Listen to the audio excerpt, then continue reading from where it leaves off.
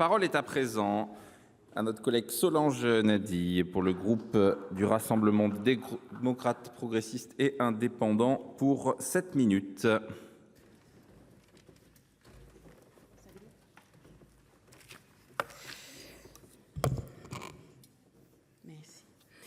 Merci Monsieur le Président, Monsieur le Ministre, Monsieur le rapporteur, mes chers collègues. La proposition de loi dont nous discutons aujourd'hui est le fruit d'une volonté transpartisane de solutionner une injustice financière, celle des prélèvements de frais disproportionnés par les établissements bancaires lors des successions. Je souhaite tout d'abord saluer le travail et la pugnacité de la députée socialiste Christine Pires-Beaune, rapporteure de ce texte à l'Assemblée nationale, qui l'a fait adopter à l'unanimité en février dernier. J'espère que ce sera également le cas ici. Je salue également notre collègue rapporteur, Hervé Maurey, qui s'est aussi engagé sur ce sujet depuis quelques années. Les frais bancaires sur succession sont un sujet très difficile qui renvoie à cette épreuve douloureuse pour chacun d'entre nous qu'est celle du deuil. Il a été régulièrement évoqué dans le paysage médiatique ces dernières années. En effet, certains prélèvements de frais ont pu parfois manquer de l'empathie et de l'humanité nécessaires dans ces moments. Je pense notamment au cas particulièrement médiatisé de Léo, originaire de Gironde et décédé d'un cancer en 2021 à l'âge de 9 ans. Ses parents s'étaient vus prélever 138 € de frais bancaires pour la clôture de son livret A. Il est l'illustration d'un encadrement encore trop faible des frais bancaires sur succession et donc de la nécessité d'adopter ce texte. Selon les chiffres de l'UFC Que Choisir publiés depuis 2024 en France, les frais bancaires sur succession sont en moyenne de 303 €. Ils sont en hausse de plus de 25 % depuis 2021, ce qui illustre de leur déconnexion avec les réalités économiques. En outre-mer, où opèrent de nombreuses banques filiales des banques nationales, les mêmes dérives que dans l'Hexagone sont constatées en matière de frais bancaires sur les successions.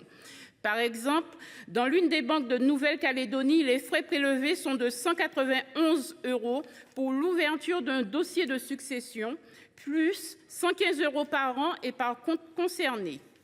La concurrence des banques est d'autant moins effective que ces frais sont acquittés non par le détenteur du compte, mais par ses successibles, qui sont donc captifs et doivent gérer la succession en parallèle d'un moment particulièrement douloureux qu'est celui du décès d'un proche. Aussi, certaines prestations qui ne sont pas facturées du vivant du client, telles le transfert des fonds vers un autre établissement, deviennent onéreuses lorsqu'il s'agit de comptes du défunt.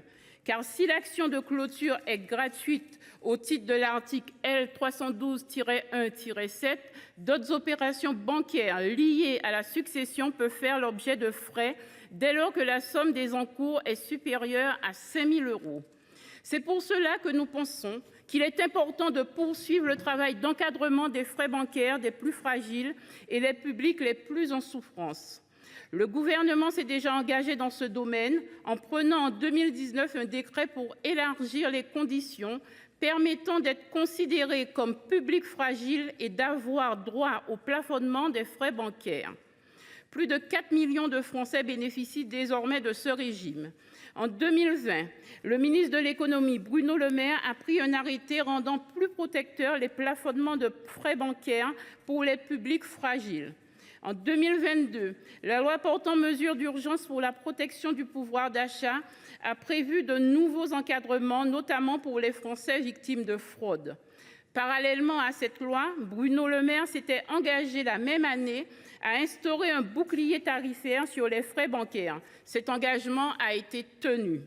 S'agissant des frais de clôture du compte bancaire d'un défunt, en 2021, des travaux ont été conduits et de premiers engagements ont été pris par certaines banques en matière de réduction de ces frais. Ce qui n'était que l'engagement de certains établissements bancaires doit devenir la règle appliquée par tous, grâce au travail parlementaire réalisé qui a abouti au texte qui nous réunit aujourd'hui. Nous saluons le fait que la proposition de loi ne conduise pas à supprimer simplement tout prélèvement sur frais, mais propose de les encadrer, considérant que la rémunération des services rendus n'est pas un gros mot, mais qu'il faut réglementer quand des excès ou des injustices sont observés. Ce texte prévoit que la gratuité s'appliquera systématiquement dans 3 situations. Tout d'abord, pour les comptes dont l'encours est inférieur à 5 000 euros. Ensuite, pour les comptes dont le détenteur était mineur au moment du décès sans condition de montant. C'est une question de décence pour la sénatrice et la mère que je suis. Prélever des frais sur les comptes d'un enfant décédé m'apparaît inacceptable. Enfin, la gratuité s'appliquera aussi pour les comptes pour lesquels l'héritier a justifié de sa qualité et qui ne nécessitent pas de démarche particulière de la part des banques. La facturation des frais bancaires ne sera donc effective et justifiée que dans les cas d'opérations bancaires plus complexes pour des encours supérieurs à 5 000 euros et sera assortie d'un plafonnement. Il sera donc possible de ne pas payer des frais bancaires au-delà de 5 000 euros d'encours dès lors que rien ne le justifie.